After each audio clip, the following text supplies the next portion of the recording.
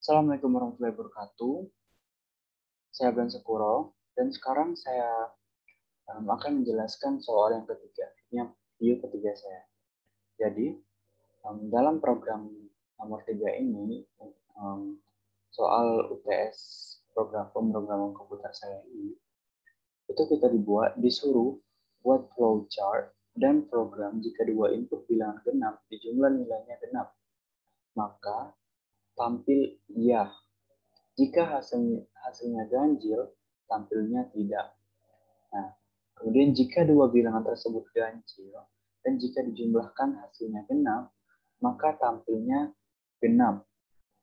Jika dijumlahnya ganjil, maka tampil kata tidak. Nah, jika kedua bilangan tersebut berbeda, satu ganjil dan satu genap, jika jumlahnya genap, maka muncul kata iya. Jika jumlahnya ganjil, maka muncul kata tidak.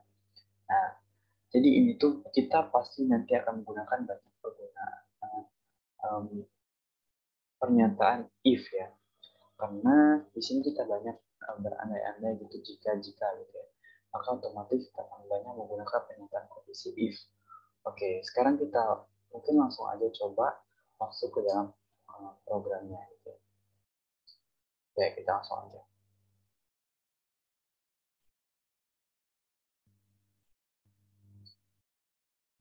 Oke, nah sekarang kita masuk ke program untuk soal nomor 3 ini. Nah, soal nomor 3 ini, tadi kita disuruh untuk membuat flowchart ya. Namun ini tuh soal UTS-nya gitu ya. Nah, flowchart-nya tuh kurang lebih bentuknya tuh kayak gini gitu. Ya, kayak gini. Namun, karena nanti di sini, di video ini saya tuh mungkin cuma akan menjelaskan programnya aja. Jadi, gimana gitu untuk flowchart-nya nih kayak bisa dimulai dari start, terus juga ikut variabel AB, terus lanjut ke pernyataan if yang ini. Nah, nanti kita jelaskan aja di programnya gitu, biar jauh lebih jelas. Nah, kalau saya untuk untuk bentuk flowchart-nya itu nanti akan jadi seperti ini. Jadi untuk di video ini kita akan langsung aja bahas untuk programnya aja ya.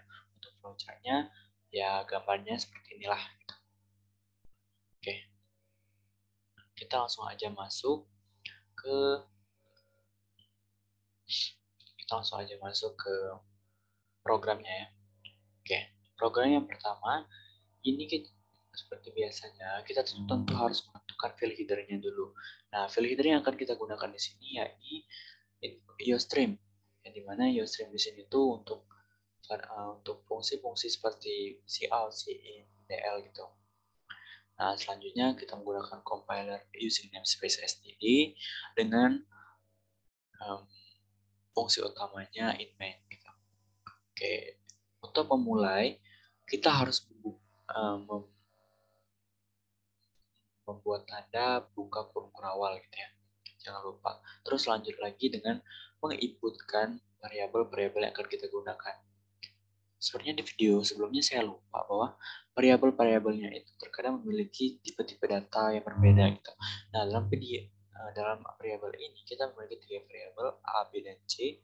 Nah, dengan tipe data integer. Dan sebelumnya juga kebetulan integer semua ya. Ya, ini untuk kayak ini sebenarnya tadi kebuat integer, namun bisa juga diubah menjadi float gitu. Karena kemungkinan presentasinya itu bakal menjadi koma-koma gitu. Ya, itu soal yang tadi. Jadi tipe datanya itu ada integer, ada juga float, ada string dan lain sebagainya gitu. Nah, di sini kita akan menggunakan tipe data integer. Ada A, B, dan C. Nah, apa guna dari A, B, dan C ini? Yuk kita langsung aja kita bahas. Di bawahnya ini kita mempunyai keluaran masukkan angka pertama. Nah, masukkan angka pertama ini tuh untuk bilangan pertama yang akan kita masukkan, yang akan dibaca oleh variabel A. Nah, terus di sini masukkan angka kedua yang akan dibaca oleh variabel B. Jadi di sini di soal tadi kan kita disuruh memasukkan dua bilangan ya. Dua bilangan gitu, dua angka yang berbeda dengan ketentuan-ketentuan yang udah sesuai soalnya gitu ya. Nah, di sini kan udah Udah nih kita masukkan keluaran, terus juga kita input variabel masing-masing. Lanjut dengan si out DL yang cuma untuk menambah space aja. Terus ada kita masuk ke pernyataan kondisi if. Nah, di soal tadi kita kan disuruh yang pertama, jika dua input bilangan genap dijumlah nilainya genap, maka jika hasilnya ganjil, tampilnya tidak. Jika um, ini dua input bilangan genap dijumlah nilainya genap, maka tampilnya iya. Nah, apabila ternyata hasilnya ganjil, maka hasilnya tidak gitu. Nah, karena kan di sini tuh katanya dua input bilangan genap. Nah, untuk mencari bilangan genap itu kita bisa cari aja dengan cara menggunakan modulo gitu. Nah, karena apabila bilangan genap itu modulo atau dibagi dengan 2, itu pasti sisanya 0. Kalau dia tidak bersisa 0, itu artinya dia itu ganjil. Nah, karena itu kita akan menggunakan pernyataan if A di sini tuh kita ya yang masukin angkanya berapa. Oke, kita lihat, kita catat aja. Oke, biar jauh lebih jelas gitu ya. Nah, di sini kita masukin A. Misalnya berapa ya A ya? Misalnya di sini itu A-nya 2 gitu ya. Ini untuk yang pertama. Ini misalnya A-nya 2, terus A-nya sama dengan 4 gitu ya. Nah, ini untuk if A modulo 2 sama dengan 0 dan B modulo 2 sama dengan 0. Kalau seandainya enggak di sini, maka kita lanjut ke pernyataan if yang lainnya. Karena di sini kita itu akan banyak banget menggunakan pernyataan if. Dan juga kita juga akan menggunakan pernyataan else if else, terus juga ada pernyataan if bersarang. Nah, ya ini pernyataan if dalam if. Nah, kita coba aja dulu untuk dua bilangan yang genap gitu ya. Ya ini di sini kita punya 2 dan 4, keduanya genap. Maka kita masuk ke dalam pernyataan yang if pertama ini. Oke, kita coba. If A modulo 2 sama dengan 0 dan B modulo 2 sama dengan 0 gitu ya. Jika keduanya genap. Oke, maka kita akan masuk. Ini B ya, salah. Maaf. Ini B. Nah, kita masuk C sama dengan B, A sama dengan A ditambah B. Nah, A di sini sama dengan 2. Dan B di sini sama dengan 4. Itu artinya nilai dari C sekarang sama dengan 6. Nah, kita dapat nih C-nya sama dengan 6. Terus kita masuk lagi pernyataan if. Ini yang disebut dengan if bersarang. Jadi if di dalam if. Nah, apabila C modulo 2 itu hasilnya ke 0, atau artinya itu C C modulo 2 itu sama dengan 0. Itu artinya apabila C-nya itu ganjil ya. C-nya itu genap maksud saya. Maka akan mengeluarkan keluaran iya gitu, si out iya gitu. Jadi di sini kan kita dapatnya C-nya itu 6 kan. C-nya itu sama dengan 6. Apakah 6 modulo 2 itu sama dengan 0? Nah, apakah 6 dibagi dengan 2 itu menyisakan 0? Maka jawabannya iya, karena 6 dibagi 2 itu sama dengan 3, sisanya sama dengan 0. Maka nanti untuk bilangan angka pertama 2, terus angka kedua 4, keluaran yang akan muncul itu adalah kata iya. Karena setelah keduanya ditambahkan, nilai yang muncul itu adalah bilangan yang genap. Dengan bilangan tersebut modulo 2 itu menghasilkan 0. Nah, maka nanti si out-nya atau keluarannya itu akan iya gitu. Nah, namun kalau seandainya nanti ternyata kedua bilangan tersebut setelah ditambahkan, terus modulo 2 atau mungkin dibagi 2, ternyata hasilnya bukan sama dengan 0, maka kita masuk ke pernyataan else yang ini. Nanti akan muncul keluaran kata tidak ada. Gitu. Oke, nah itu untuk pernyataan untuk dua bilangan yang sama-sama genap ya, sama-sama modulo 0. Nah, di sini maka nanti akan keluarnya iya gitu ya. Iya. Oke, sekarang kita coba ke pernyataan else if. Karena pernyataan if ini itu hanya milik salah satu. Apabila programnya ternyata masuk ke if yang pertama, maka nanti if ini aja yang berjalan. Nah, terus yang ini apabila if ini masuk ke sini, maka if ini aja yang berjalan. Yang lainnya itu nggak berjalan. Itu sesuai ketentuan. Nah, sekarang kita masuk ke pernyataan if yang kedua. Di sini kita dapat bahwa A modulo 2, A modulo 2 itu sama dengan 1, dan B modulo 2 sama dengan 1. Kenapa kayak gitu? Karena di soal, mana ya soal tadi? Nah, di soal tadi, setelah tadi bilangan genap, terus dicarinya itu, jika dua bilangan tersebut ganjil, dan tidak dijumlahkan, dan jika dijumlahkan hasilnya genap, maka tampilnya genap. Nah, jika jumlahnya ganjil, maka tampil kata tidak. Nah, kita masuk pernyataan else if yang ini. Jika jumlahnya ganjil, maka tampil kata tidak. Jika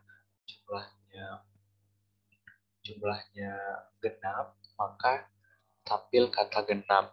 Nah, di sini tuh kita jika dua bilangnya itu ganjil gitu. Jadi bilangan pertama ganjil, bilangan kedua ganjil juga. Nah, misalnya di sini kita masukin A pertamanya itu 3. Terus angka keduanya itu 5 gitu ya. Nah, ini kan sama-sama ganjil. Nanti kita akan masuk ke rumus yang ini. Rumus yang ini itu C sama dengan A ditambah B. Nah, sama dengan 3 ditambah 5. Nah, 3 ditambah 5, masuk lagi ke pernyataan if. If bersarang. Jika C modulo 2 sama dengan 0, jika ini kan 3 ditambah 5 itu 8 ya. Nah, jika 8 modulo modulo 2, maka modulo 2 menghasilkan 0, maka nanti yang akan keluar itu adalah genap. Nah, apakah benar? Iya, benar. Kenapa? Karena 8 dibagi 2 itu sama dengan 4. Dan sisanya itu 0. Benar, gitu. Nah, namun kalau seandainya ternyata nanti nilai C-nya itu tidak modulo 2, pada saat modulo 2 atau mungkin dibagi 2 ternyata tidak menghasilkan 0, maka nanti akan masuk pernyataan else. Dan output yang akan keluar adalah kata tidak ada. Nah, gitu. Jadi kita coba lagi sekarang yang terakhir dari soalnya. Ya kan ada 3 perintah tuh. Perintah pertama tadi jika kedua bilangan genap, terus perintah kedua jika kedua bilangan ganjil, perintah ketiga jika kedua bilangan berbeda, satu ganjil dan satu genap.